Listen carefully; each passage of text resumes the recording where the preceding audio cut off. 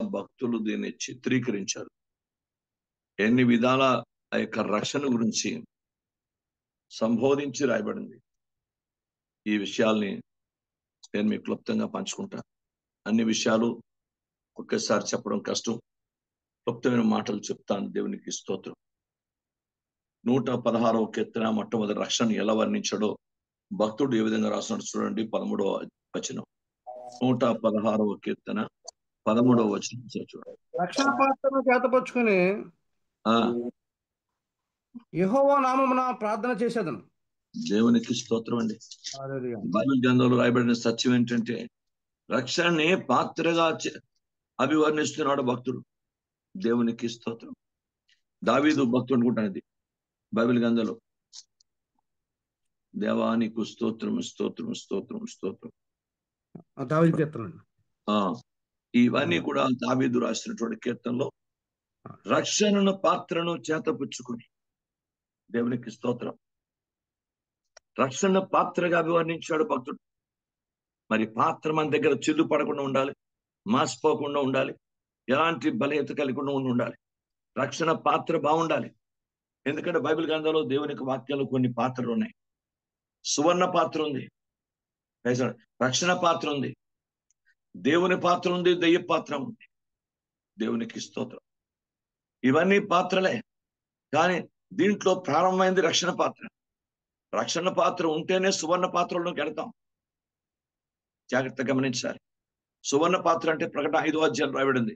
ఆ సువర్ణ పాత్రలు పట్టుకున్న దేవదూతలు ఆయన సువర్ణ పాత్రలు పట్టుకున్న పెద్దలోంచి ఆ సువర్ణ పాత్రలోనికి మన ప్రార్థనలు పెడతాడు.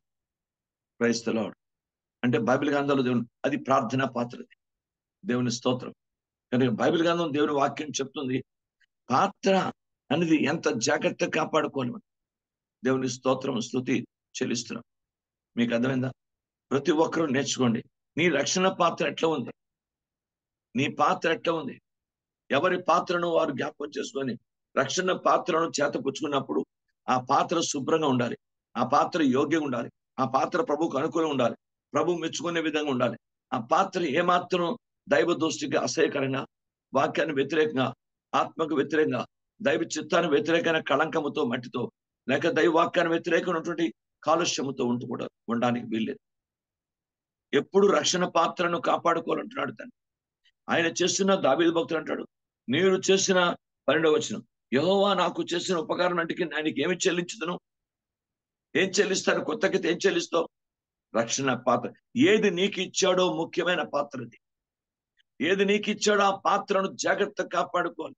అది బంధువులు బట్టో, రక్త సంబంధులు బట్టో, స్నేహితులు బట్టో, మన కొనువారిని బట్టో, అన్యులు బట్టో, లోకాన్ని బట్టో, డబ్బును బట్టో, ఆస్తులు అంతస్తులు బట్టో, కీర్తి ప్రతిష్టలు బట్టో, రాజకీయాలు బట్టో, దేని బట్టో ఆ రక్షణ పాత్రను చిల్లు పడకూడదు, పోకూడదు. అది దేవునికి వ్యతిరేకంగా ఉండకూడదు. మన ఇంట్లో జాగ్రత్తగా గమనించాలి. చిల్లు పడిపోయిన పాత్రలు ఉంటే వెంటనే మార్చుకుంటాం. చిల్లు పడిపోయిన పాత్రలు ఉంటే ఇంట్లో ఎందుకు పనికిరాదు, అది ఏం చేస్తాం, వెంటనే దాన్ని మార్చుకుంటాం. Praise the Lord. అలాగే బైబిల్ గ్రంథంలో మన జీవితంలో కూడా మన పాత్రకి ఏ విధంగా మాలిన్యము అంటకుండా ఎప్పుడు ప్రతిరోజు మన పాత్ర పరిశుద్ధంగా ఉండాలి, యోగ్యంగా ఉండాలి, ప్రభువు మెచ్చుకునే విధంగా ఉండాలి, ప్రభు చిత్తాన్ని నెరవేర్చే విధంగా ఉండాలి. మనం చెప్తున్న స్తుతి యాగం కానీ ప్రార్థనని ఆ పాత్రలో ఇమిడి ఉండాలి. మనం చదువుతున్న వాక్యాన్ని ధ్యానించే వాక్యం ఆ పాత్రలో ఇమిడి ఉండాలి. అలాగా రక్షణ పాత్రను కాపాడుకునే వ్యక్తులుగా ఉండాలి. రక్షణను పాత్రను పుచ్చుకునే దేవునికి స్తుతి అర్పణ చెల్లించాలి. అది దీని సారాంశం. రక్షణ పాత్రను పుచ్చుకొని యెహోవాకు నేను మొక్కుబళ్ళు చెల్లించి యెహోవా నామమున ప్రార్థన చేసేది. Praise God. ప్రార్థన చేసినప్పుడు కూడా నీ రక్షణ పాత్ర చూసుకొని దాన్ని బట్టి మనం ప్రార్థన చేయాలి. ఎందుకంటే మనకున్నదే పాడైపోయినప్పుడు, అందుకే నీకున్న దాన్ని గట్టిగా పట్టుకో అంటాడు.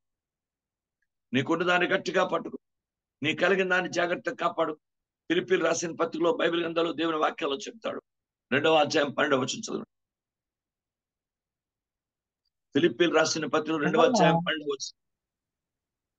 కాగా నా ప్రియులారా, మీరు ఎల్లప్పుడూ విధేయులై ఉన్న ప్రకారము నా ఎదుట ఉన్నప్పుడు మాత్రమే కాక మరి ఎక్కువగా నేను మీతో లేని ఈ కాలమందును భయముతోను వణుకుతోను మీ సొంత రక్షణను కొనసాగించుకోనండి. మీ రక్షణ భయముతో వణుకుతో కొనసాగించాలి, మామూలు కాదు. అందుకే నా మాట విన్నప్పుడు మీరు వణకండి అంటాడు. ఎవరు వణుకు చూడ వాడిని దృష్టిస్తున్నాను. దేవుని మాటను పెట్టడానికి వీల్లేదు, అలక్ష్యం చేయడానికి వీల్లేదు, నిర్లక్ష్యం చేయడానికి వీల్లేదు. దేవుని వాక్యం పరిశుద్ధాత్మ ప్రభు యొక్క ఆత్మ దైవ సేవకుడు విత్తున్నప్పుడు ప్రభు యొక్క ఆత్మ ఆ మాటల్ని ఉదయంలోకి తీసుకొని భద్రపరచుకొని, మరియా దేవదూత మాటను ఉదయంలో భద్రపరచుకుందని బైబిల్ గ్రంథం చెప్తుంది. దేవుని దూతతో పోల్చబడినటువంటి దైవ సేవకుడు దేవుని ఆత్మ ద్వారా విత్తున్న వాక్యాన్ని మన హృదయంలో ఫలింప చేసుకుంటే అది మన జీవితానికి మేలుకరం, రేపు మన భవిష్యత్తుకు ఎంతో ఆశీర్వాదకరం బైబిల్ గ్రంథం చెప్తుంది. కనుక దేవుని పాదాల రక్షణను భయముతో కొనసాగించుకోవాలి. రక్షణ పాత్రను నువ్వు ఎత్తి దేవునికి ప్రార్థన చేయాలి. నీ ప్రతి ప్రార్థనలో ఆయన పాత్రను జాగ్రత్తగా పట్టుకుండా ఆ ప్రార్థనలో ఏమాత్రం కళంకం ఉండటానికి లేదు. దేవునికి స్తోత్రం కళ్ళు ఉండాలి. అందుకే మీరు దేవుని దృష్టికి నిష్కళంకులను, నిరపరాధులను, నిర్దోషులు ఇవ్వడమని లేఖనాలు సెలవిస్తున్నాయి.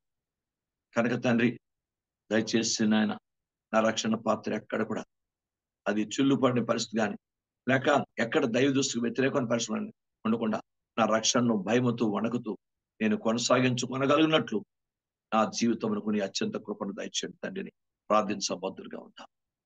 దేవునికి స్తోత్రం. ప్రభు రాకడ పర్యంత వరకు, ప్రభు దగ్గర వెళ్లే పర్యంత వరకు మన రక్షణ పాత్ర కాపాడుకోవాల్సిన ఆవశ్యకత మనకు. దేవునికి స్తోత్రం. రెండవది బైబిల్ గ్రంథంలో చూద్దాం. యెషయా గ్రంథము 62వ అధ్యాయం 61వ అధ్యాయం. యెషయా 61:10 చదువు. శృంగారమైన పాప ధరించుకున్న పెండ్లు కుమార్ రీతిగాను, ఆభరణము అలంకరించుకున్న పెండ్లు కుమార్తె రీతిగాను ఆయన రక్షణ వస్త్రం ధరింప చేసి ఉన్నాడు. రక్షణని వస్త్రంగా చిత్రీకరించాడు భక్తుడు. ఇక్కడ నీ వస్త్రం కాపాడుకోవాలి. ప్రకటన 16:16 చదవండి. ప్రకటన 16:16. ఇదిగో నేను దొంగ వలె వచ్చున్నాను, తాను దిగంబరుడుగా సంచరించుచున్నందున జనులు తన దిశమలను చూతురేమో అని మెలకుగా ఉండి తన వస్త్రము కాపాడుకునేవాడు ధన్యుడు. తమ వస్త్రం మన రక్షణ వస్త్రాన్ని కాపాడుకొని తీరాలి. బైబిల్ గ్రంథాన్ని బలత్కారంతో చెప్పకూడదు. దేవుని గ్రంథంలో రాయబడింది, మీ వస్త్రములు కాదు మీ హృదయం చెప్పుకోమంటాడు యోబేలు గ్రంథంలో. మీ రక్షణ ఎక్కడక్కడ పాడవకుండా జాగ్రత్తగా వస్త్రాన్ని కాపాడుకోండి. కడ వరకు దాన్ని మాలిన్యం అంటకుండా జాగ్రత్త పడాలి. ఎక్కడ కూడా మీరు కూడా ఆ రక్షణకి ఎక్కడ డాగులు పడకుండా జాగ్రత్త పడిపోవాలి. ఎందుకంటే అది వస్త్రంతో సరిపోల్చాడు కనుక మీరు చాలా జాగ్రత్తగా చూసుకో. ఎందుకంటే ఎక్కడికి వెళ్ళినా నీ రక్షణ నీ చేతులు, నీ జీవితంలో ఉంది. దాన్ని కాపాడుకోవాలి. మన మాట తీరులో, మన క్రియల రూపంలో, మన ప్రవర్తనలో, మన నడవడికలో, మన అంతరంగంలో, మన జీవితంలో రక్షణ పోగొట్టుకోకుండా జాగ్రత్త పడాలి. అక్కడ దేవునికి స్తోత్రం. బైబిల్ గ్రంథంలో దేవుని పాదాల దగ్గర ఏశావు కంటి చూపుతోనే తన జ్యేష్ఠత్వాన్ని పోగొట్టుకున్నాడు. కంటి చూపు చూశాడు, అది కలగాయ కూర ఎర్రెర్రగా ఉంది, చాలా బాగుంది. ఉడుకుతుంటే చూశాడు పాత్రలోని, అయ్యా ఆ కొంచెం కూర నాకు పెట్టమన్నాడు. యాకోబు ఇదే అదును అనుకున్నాడు. వెంటనే అడిగాడు, నీ జ్యేష్ఠత్వం నాకు ఇచ్చాను, నేను కొన్ని నీకు పెడతాను. చూసారా, నేత్రాస్తుని మొట్టమొదటి చూస్తూనే ఆశపడిపోయాడు. లోపల దైవత్వం, ఆ జ్యేష్ఠత్వం, దీనివల్ల ఎన్ని అది అమ్మేస్తే లేకపోతే ఎన్ని పరిణామాలు కలుగుతాయో. క్రైస్తవ జీవితంలో గుండె ఎంత ఇంపార్టెంటో జాగ్రత్తగా గమనించాలి. మన బ్రెయిన్ ఎంత ఇంపార్టెంటో, గుండె ఎంత ఇంపార్టెంటో, మనకి ఆ సెల్లో ఉన్న దైవ కొన్ని పార్ట్స్ ఎంత ఇంపార్టెంటో. Praise Lord. ఆ యొక్క రక్షణ అంత ఇంపార్టెంట్, అంతకంటే ఎక్కువ.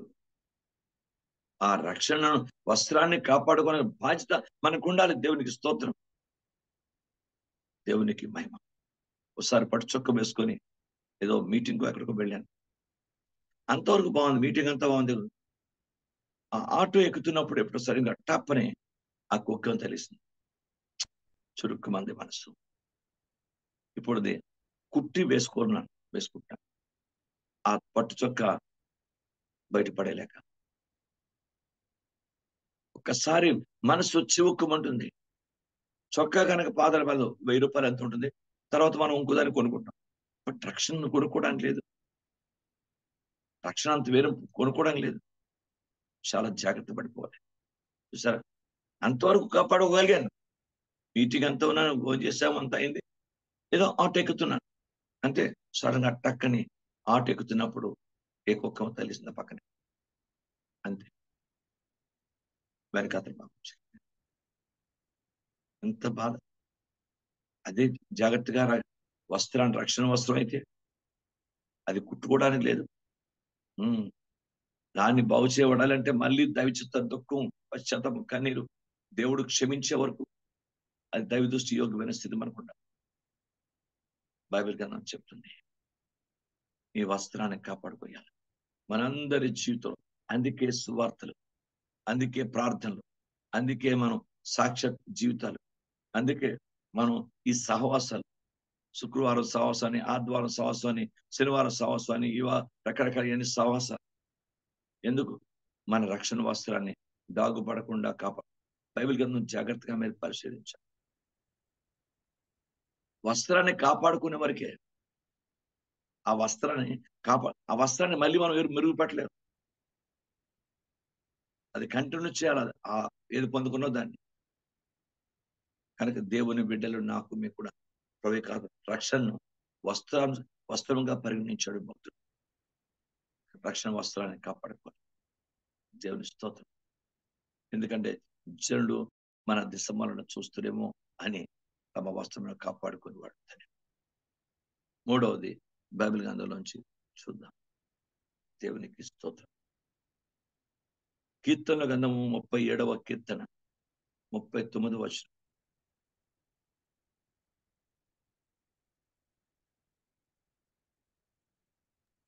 కీర్తనల గ్రంథం 37వ కీర్తన 39.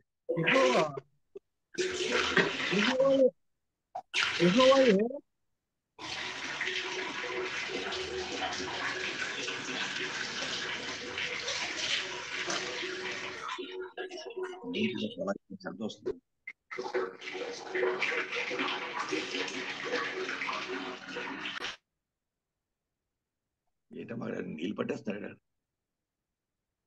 కొలాయిపుతున్న శబ్దం వస్తుంది అక్కడ. యెహోవాయే నీతిమంతులకు రక్షణాధారం. అదే అండి, మనకు ఆధారమే రక్షణ అండి. మీకు అర్థమైందా? జాగ్రత్తగా గమనించాలి. అసలు ఆధార్ కార్డు లేకపోతే మనకి భవిష్యత్తు తెలియదన్న పరిస్థితి వచ్చింది ఇప్పుడు. మీకు అర్థమైందా? దేనికైనా ఆధార్ కార్డు లింక్. బ్యాంకులకి, పోస్ట్ ఆఫీసులకి, దేనికి, ఈవెన్ టికెట్, ఫ్లైట్ లో ప్రయాణం చేయాలంటే ఆధార్ కార్డు ఉండాలి, ట్రైన్ లో ప్రయాణం చేయాలంటే ఆధార్ కార్డు ఉండాలి. ప్రతి దానికి ఆధార్ కార్డు లింక్. మీకు అర్థమైందా? కనుక రక్షణ ఆధారం, నీతిమంతులకు రక్షణ ఆధారం, నీ బేస్మెంట్ అది, జీవితానికి ఆధారం. అందుకే దాన్ని జాగ్రత్తగా చూసుకోవాలి. దేవుని స్తుతి. నీ మహిమకు, నీ రక్షణకు నీవే నాకు ఆధారం అంటాడు భక్తుడు. కనుక మనకి నీతిమంతులకు ఆధారం ఏంటంటే డబ్బు కాదు, ఆస్తి కాదు, అంతస్తులు కాదు, మన కుల బ్యాక్గ్రౌండ్ కాదు, మన బ్యాక్గ్రౌండ్ యొక్క బంధుత్వం కాదు, మన రక్త సముద్ర కోటీసులు అవ్వచ్చు కాదు. మన బ్యాక్గ్రౌండ్ ఏంటంటే లేక అన్నిటి కూడా దేవుడు మనకి రక్షణమే ఆధారం. అది లేనప్పుడు నువ్వు ఏ వ్యక్తి అయినా సరే దేవుడి చేత అంగీకరించబడవు, దేవుడు రాజ్యాన్ని పెడు. జాగ్రత్త నించాలి. దేవుని స్తోత్రం. జాగ్రత్తగా మీరు కనుక లేఖనాల్లో రక్షణ నీతిమంతులకు ఆధారం. రక్షణని ఎలా వివరించాడో మీకు బైబిల్ గ్రంథంలోంచి చెప్తుంది. యెషయాగ్రంథము 26వ అధ్యాయం 1వ వచనం చూడు.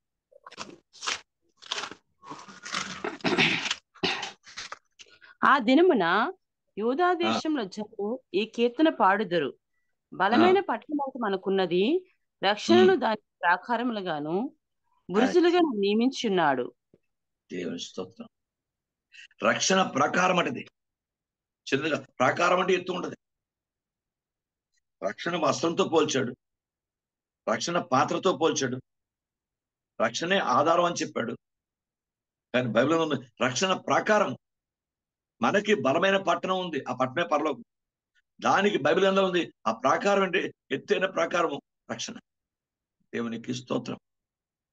Glory to God. బైబిల్ గ్రంథం చెప్తుంది రక్షణ ప్రాకారంలో ఎత్తుగా ఉండాలా. మన రక్షణ ఎత్తుగా ప్రభు యొక్క సారూప్యమునకు తగినట్టుగా, ప్రభు యొక్క వాక్యమునకు తగినట్టుగా, ప్రభు యొక్క చిత్తమునకు తగినట్టుగా, ప్రభు యొక్క కోరిక మేరకు తగినట్టుగా, ప్రభు యొక్క మన వివాహమాడడానికి తగినట్టుగా, మన ప్రాకారం రక్షణ అనే ప్రాకారము ఒక కోటకి ప్రాకారం ఎంత ముఖ్యమో క్రైస్తవుడికి రక్షణ అంత దైవికమైనటువంటి పాటది. రక్షణ జీవితం, రక్షణ ఇంపార్టెంట్. ప్రాకారం ఎత్తుగా ఉండాల. ప్రాకారం దానికి రక్షణ ప్రాకారములుగా, రక్షణ అంటే అంత ఎత్తుతో పోల్చాడు భక్తుడు. కనుక దేవుని బిడ్డ, మన రక్షణ ఎంత ఎత్తుగా ఉండాలంటే అంత ఎత్తుగా ఉండాలి. అది చిన్నగా కిందగా మామూలుగా ఉండటానికి లేదు. దాన్ని అంత ఎత్తు చేసుకోవాలి. మన మనస్సు ఎత్తవాలి, మన హృదయం ఎత్తవాలి. జాగ్రత్తగా బైబిల్ గ్రంథంలో ఉంది, లేఖన ప్రకారంగాను, మీ తలంపుల కంటే నా తలంపులు ఎత్తేనవి, మీ మార్గముల కంటే నా మార్గములు ఎత్తేను అంటున్నాడు యెషయా గ్రంథంలో భక్తుడు. దేవుడు చెప్తున్నాడు, మీ మార్గముల కంటే నా మార్గములు ఎత్తేవి, మీ తలక సమస్తము కంటే ఆయన ప్రతి ఒక్కటి ఎత్తేంది. మనకున్న తలంపులన్నిటికంటే తలంపులు ఎత్తేవి. మనమన్నీ శారీరక తలంపులు, లోకసమైన తలంపులు, కొన్నిసార్లు పనికిరాని తలంపులు, దేవునికి వ్యతిరేకమైన తలంపులు, దేవునికి బాధ కలిగించే తలంపులు, దైవ చిత్తానికి వ్యతిరేకంగా ఉండే తలంపులు. మన తలంపులన్నీ ప్రభువుకి వ్యతిరేకమైన కొన్నిసార్లు. కనుక బైబిల్ గ్రంథం ఉంది, లేఖనం చెప్తాడు, దేవునికి మన పట్ల విస్తార తలంపులు, నా పట్ల నీకు కొన్ని తలంపులు విస్తారం అంటాడు దావీదు. తండ్రి పాదాల దగ్గర నేర్చుకున్నా ఎత్తైనటువంటి ప్రాకారంగా ఉండాలట. అందుకే లాస్ట్ లో కూడా సరిగా అల్టిమేట్ గా సార్వత్రిక సంఘానికి కోరిక ఏంటంటే, నేను ప్రాకారం వంటి దాన్ని అయితే అంటుంది సార్వత్రిక సంఘం పరమగీతున్నాడు. నేను అందుకే అతని దృష్టికి నేను క్షేమం ఉందని దాన్ని అయితే దేవునికి అనుకూలంగా ప్రాకారం అంటారు. దేవుని బిడ్డలు సార్వత్రిక సంఘం ప్రాకారం వంటి వారిగా ఉండాలి. అంత ఎత్తుగా మన ప్రార్థన, మన ఆత్మీయత, మన ప్రేమ, మన విశ్వాసం, మన నమ్మకత్వం, మన నీతి, మన భక్తి, మన సమస్తం కూడా ఆయనకు అనుకూలంగా ఎత్తుగా కనిపించాలి. దేవుని స్తోత్రం. ఆయన ఎత్తు అయిన గోడ మీద నించొని ఆమోసు గ్రంథంలో అంటాడు, ఆయన మట్టగుండు వేస్తాడు చక్కగా కట్టబడిన గోడ మీద నుంచి. కనుక రక్షణ ఎత్తైన ప్రాకారం ఎప్పుడు కూడా అలక్ష్యం చేయడానికి వీలేదు. ఆ ప్రాకారాన్ని ఎప్పుడు ఇంకా ఎత్తు చేసుకోవాలి తప్ప దాన్ని పడదో బట్టి పరిస్థితి రాకూడదు. చాలా జాగ్రత్త పడిపోవాలి ఆత్మీయంగా. మీరు కూడా జాగ్రత్తలు అన్ని తెలుసుకోవడం అనుకోవడానికి వీల్లేదు. నాకు అన్ని వచ్చేసి అనుకోవడం లేదు. ఇంకేముంది నేను ఎంత బాగా ఎదిగిపోయాను అనుకోవడం లేదు. ఇంకా భయముతో వణకుతూ మనం ఎంత దీనంగా ఎదుగుతున్న కొద్ది ఒదుగుతూ ఇంకా మీరు కూడా అలా దీనత్వంలో దైవికంగా ఆయన రక్షణ ప్రకారం చాలా ఎత్తుగా ఆయనకు అనుకూలంగా మనం పరిపూర్ణంగా స్వరూపంలో మార్చబడినంత. ఎందుకంటే ఆ బైబిల్ గ్రంథంలో ఉంది, ఆయన సింహాసనము ఆకాశము, సింహాసనము భూమి, ఆయన పాత పెట్టడం అంటే ఎంత ఎత్తున గలవాడు. ఆయన ఆ ప్రకారం అంత ఎత్తుగా ఉంటేనే ఆయనకి మనం దైవిక దృష్టికి యోగ్యమైన సూటబుల్ కన్యకగా ఉండగలం. రక్షణ ప్రకారం దేవునికి స్తోత్రం. మరోటి చూద్దాం. యెషయా గ్రంథము 62వ అధ్యాయము 1వ వచనం.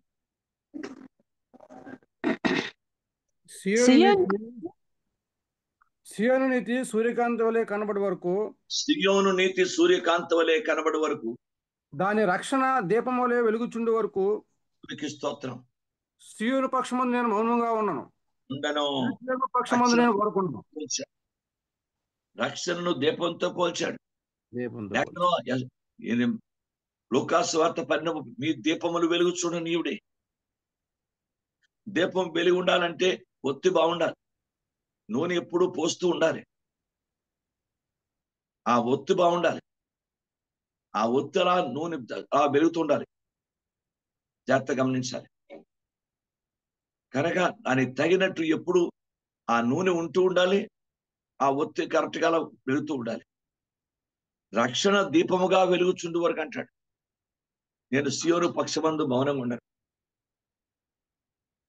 దేవునికి స్తోత్రం.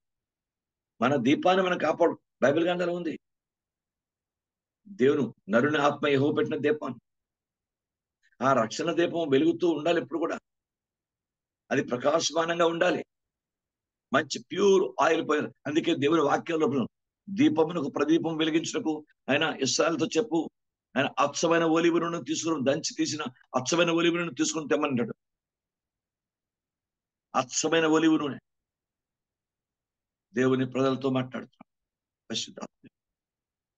కనుక ప్యూర్ ఆయిల్, ప్యూర్ అభిషేకం, ప్రార్థన, ఆత్మీయత, అభిషేకం, ప్యూర్ ఆయిల్.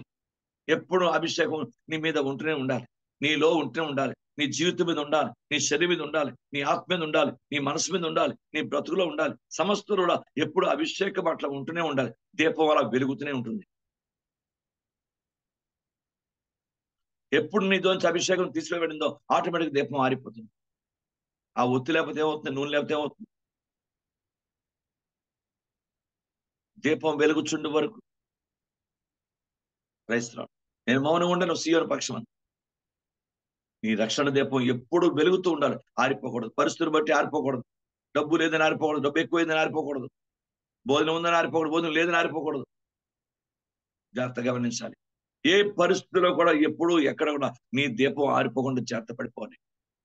నీ రక్షణ దీపం ఎప్పుడూ వెలుగుచుండు వరకు సీయోను పక్షమందు నేను మౌనం ఉన్నాను. ప్రభు యొక్క పరలోక మన దీపమనే కాదు, పరలోక దీపం కూడా, పరలోక వెలుగు కూడా అది ఎప్పుడు ప్రకాశిస్తూ ఉండాలి. అంటే భూమి మీద ఉన్న క్రైస్తవులు బట్టే పరలోకం ఆ గొప్ప ఉన్నతమైన రీతిలో మహిమ పొందుకుంటుంది. అక్కడున్న మహిమ తేజస్సు పరిస్థితి వేరు. కానీ భూమి మీద ఉన్న భక్తులు దేనికి పెట్టాడు దేవుడు అంటే, ఆయన పరలోక మహిమను క్రైస్తవుడు ప్రపంచానికి దించాలి. ప్రపంచానికి పరలోక మహిమను చూపించాలి. అతడు నిజమైన క్రైస్తవుడు. దేవునికి స్తోత్రం. Glory to the name of Jesus. ఒక భక్తుడు, కొంతమంది వ్యక్తులు అన్యులు సాక్ష్యం ఇచ్చారు.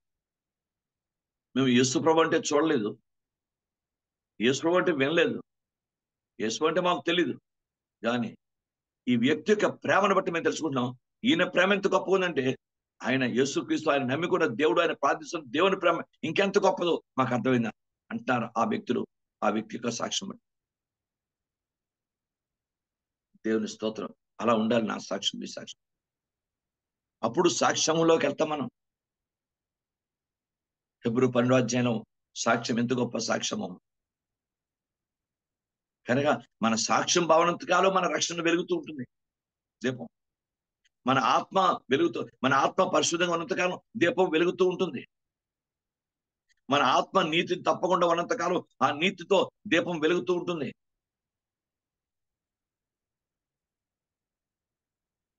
ఎక్కడ కూడా మనం తప్పకుండా జాగ్రత్త పడుతూ మన జీవితాన్ని భయంతో వణుకుతూ కొనసాగించుకోవాల్సిన బాధ్యత నా మీద, మా మీద ఉంది.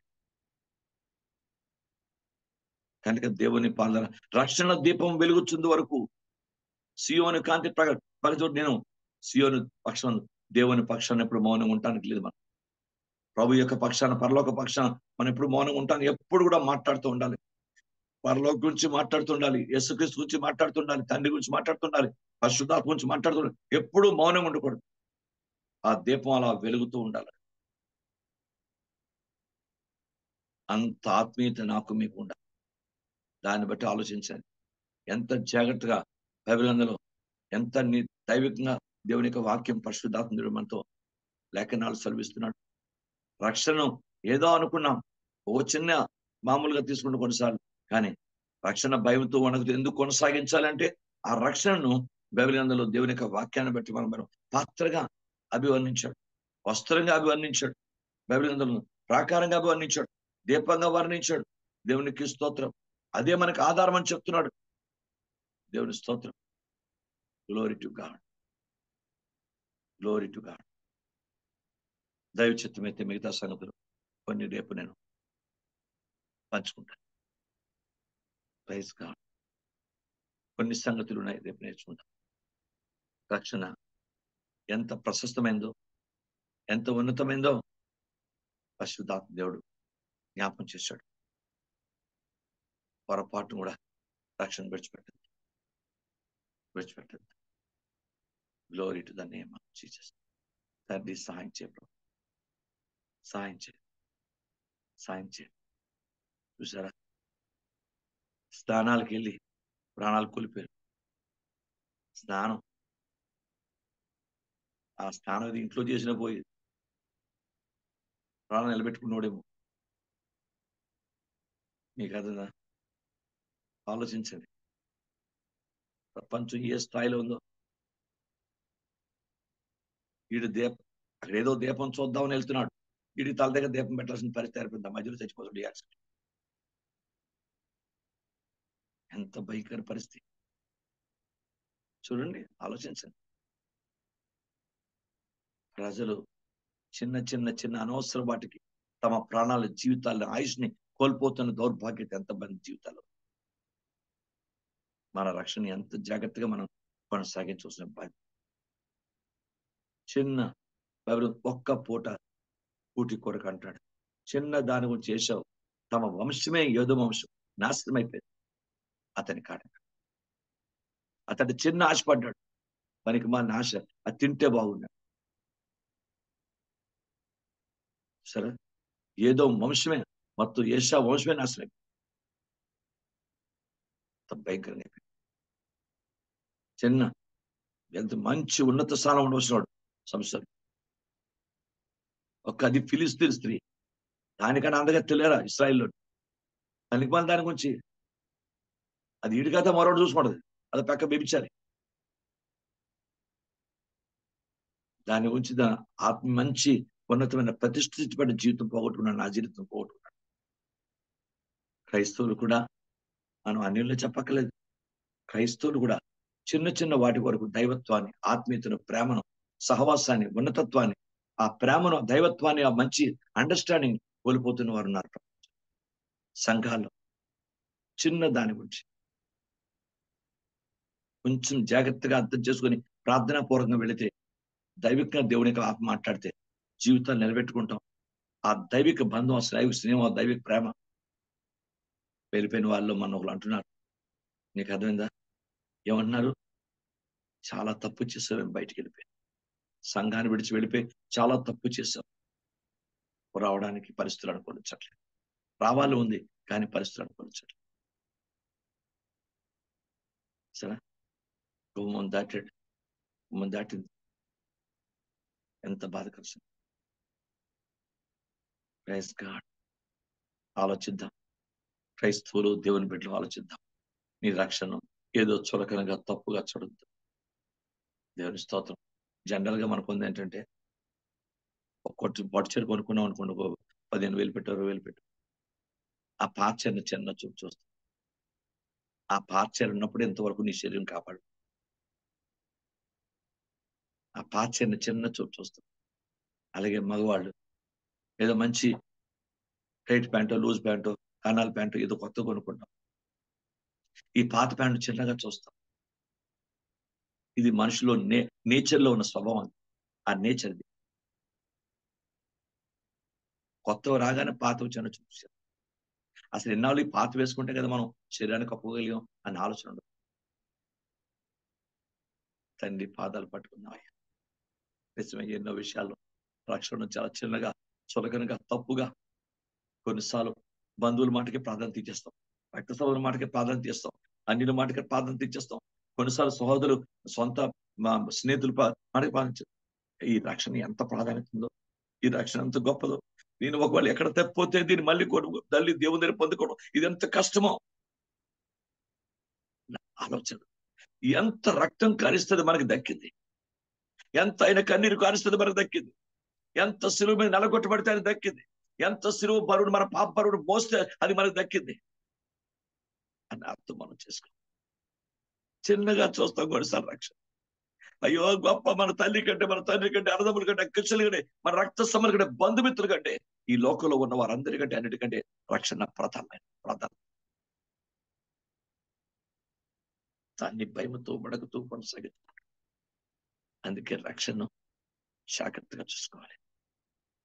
ప్రభా, మా జీవితంలో ఎక్కడ రక్షణ కోల్పోకుండా, ఏ పరిస్థితులు లోబడకుండా, ఆ స్థిర బుద్ధిని, స్థిర మనసును, స్థిర ఉదయాన్ని, స్థిర జీవితాన్ని మాకు ఇచ్చి మా రక్షణ కడవరకు కాపాడుకునే కృపను మాకు ఇవ్వడానికి ప్రార్థన చేసి ముగించుకున్నాం. దేవుడు తన మాట మనకు దీవించును కాక. ఆమె ప్రార్థన చేయండి. ప్రభు ఆత్మతో ప్రేరేపించబడి చేయండి. ప్రార్థన చేయండి.